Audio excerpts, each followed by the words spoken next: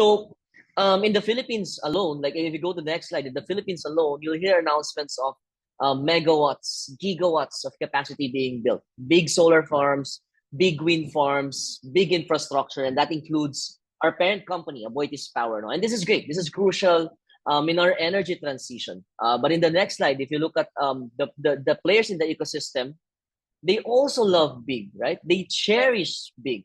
Financing, it's structured for large projects with solid off-takers, predictable risk. Insurance, the same. The bigger, the better for them.